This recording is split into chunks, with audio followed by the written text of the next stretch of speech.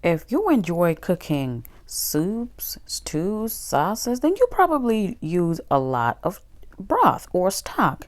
Well, in today's video, I am going to be sharing with you guys how I make my homemade chicken broth. I have total control over exactly what goes into my broth, and that means it is delicious and perfection. I got this recipe inspiration from one of my sisters here on YouTube called Nanaba's Kitchen. A beautiful lady doing her thing, and I love her so much. So if you would want to see how I put this together, keep on watching.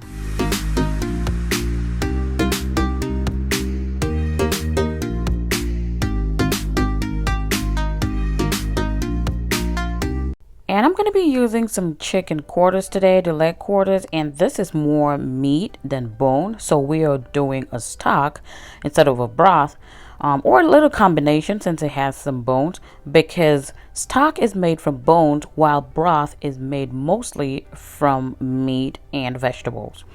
And for spices, I have some fresh ginger and some fresh garlic. Y'all know that I cannot do anything without these two powerful spices. They bring up a lot of all the other spices. They make them come alive, and for me, it's a must-have. Next, I'm going to be using some bay leaves. I could not lay my hands on any fresh bay leaves, but the dry ones work perfectly. I get the organic ones, so very important as well. And for my herbs, I got some fresh rosemary, and you can use as much as you can tolerate. This is how much I'm using, about 3 sprigs of rosemary, and it brings in a lot of deliciousness to a stock as well. And I am going to be pairing that with some fresh thyme. As you can see, I love adding thyme to my stews, soups, and most of my cooking.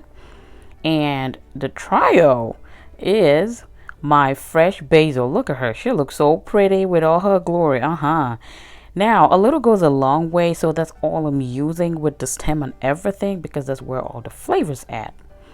Now, our fourth herb that I'm going to be using today is some fresh parsley, and this is the Italian curly parsley. And it is more mild, so that's why I have so much, but you're not really going to be able to, it's not going to overpower everything else. This is some leeks. I have already gone ahead to open them up and wash them, because they do hold in a lot of sand.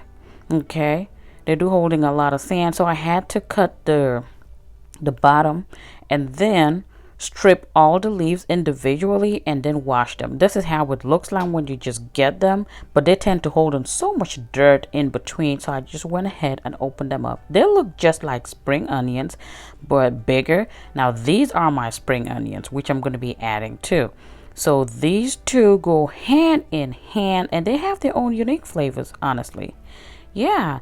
And then what is the broth without some onions? And y'all know I like to use both types of onions. The red onions have a rich savory taste, while the sweet onions bring in that sweetness, of course. So the combination is epic. I always use them both.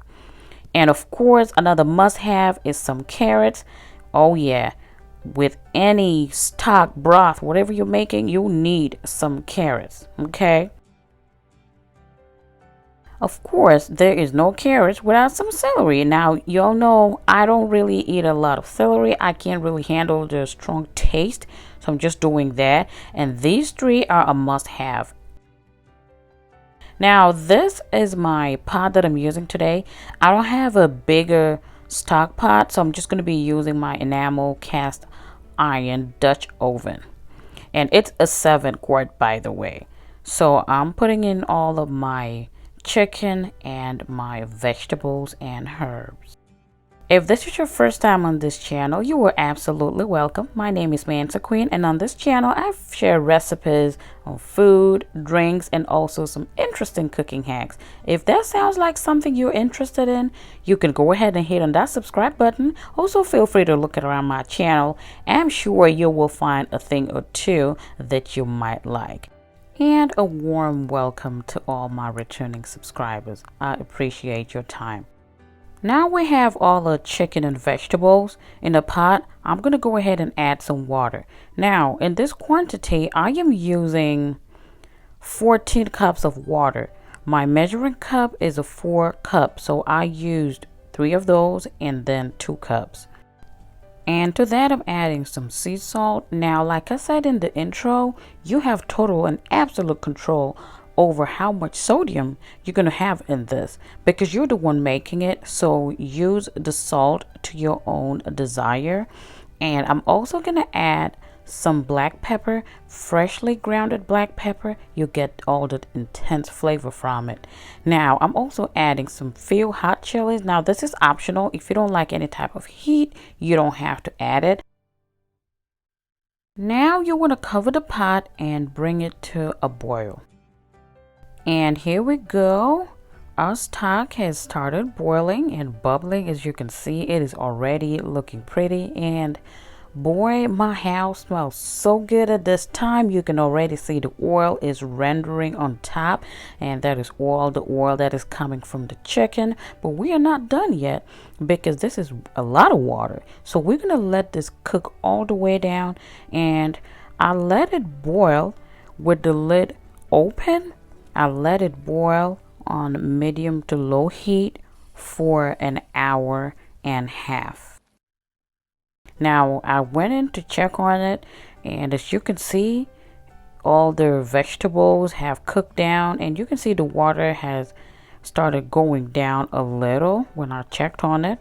Now we're not done. We want to keep cooking it until the broth is really concentrated, and what you're gonna get is really rich liquid. Yes, that is what you want to get. That's the whole point of making a broth. And I'm telling you, this is a lifesaver because I use it to lighten up my stews and sauces, and I also use it for chicken noodle soup, basically any type of soup. This is so versatile. You can make it ahead of time and freeze it, and it will last for a long time. This is what it looks like when it was done boiling. Like I said, I let it boil for an hour and a half. Now I have gone ahead to turn off my stove, and I'm going to take off all the chicken and all the big pieces of vegetables. If you're enjoying this video, please go ahead and give it a thumbs up. I would appreciate that. This is all I got out of that. And you don't have to dump this. You can actually go ahead and blend the vegetables and use it for your stews. The chicken I'm going to be using for another dish for a later day. So all I'm doing here is straining it through a colander first, and then I'm going through with a finer mesh strainer to take out any of those excess herbs and just food particles that are still left in our broth, because I want it to be nice and smooth.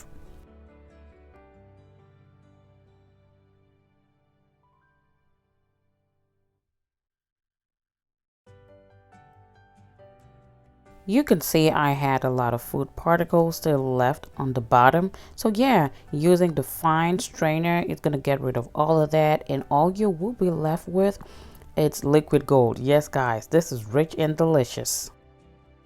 You can already see that the oil is floating on the top, which is totally fine. It's just the fat that came from the chicken.